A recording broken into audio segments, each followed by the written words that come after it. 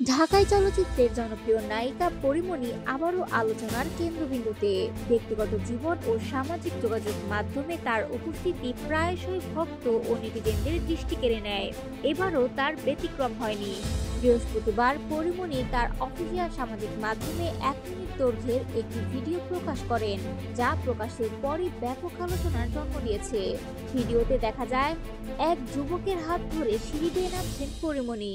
এরপর দুজনকে একটি নান্দনিক কাঠের সেতুতে পাশাপাশি হাঁটতে দেখা যায়। ভিডিওতে যুবকের পরিচয় স্পষ্ট না হলেও দৃশ্য দেখে অনুমান করা যায় তার নাম শাওন।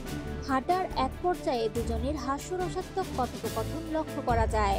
সেখানে পরীমণিকে বলতে শোনা যায় তাদের বন্ধুত্ব এক যুগেরও বেশি সময়ের এবং এর মধ্যে কখনো কোনো ঝগড়া হয়নি। পরীমণির বক্তব্যে ধারণা পাওয়া যায় তারা প্রথমবারের মতো একসঙ্গে বিদেশ সফরে গেছেন। ভিডিওর সবচেয়ে আলোচিত অংশটি হলো একটি লাল রঙের হার্ট শেপ তালা।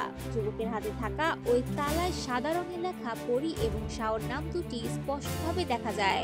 বিদেশের জনপ্রিয় পর্যটন স্থানে প্রেমিক যুগলরা সাধারণত ভালোবাসার প্রতীক হিসেবে এ ধরনের লাভলক ঝুলিয়ে থাকেন। ভিডিওতে দেখা যায় পরীমণি ও যুবক দুজনই হাসি মুখে তালাটি ঝুলিয়ে দিচ্ছেন অসংখ্য তালায় ভরা একটা কাঠামোয়।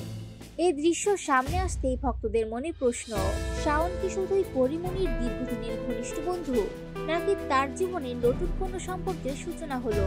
যদিও এ বিষয়ে আনুষ্ঠানিকভাবে কোনো মন্তব্য করেননি নায়িকা, তবে ক্যাপশনে তিনি মজা ছলে লিখেছেন, আমি কোনো ঝগড়া করি নাই, ও আজকে নিজে নিজেই সেন্টু খেয়েছে। তবুও রহস্য রয়ে গেছে। পরীমণির প্রকাশিত ভিডিওটি তার ব্যক্তিগত জীবনের নতুন অধ্যায়ের ইঙ্গিত কিনা তা জানতে আরো কিছুদিন অপেক্ষা করতে হবে বলেই মনে করা হচ্ছে।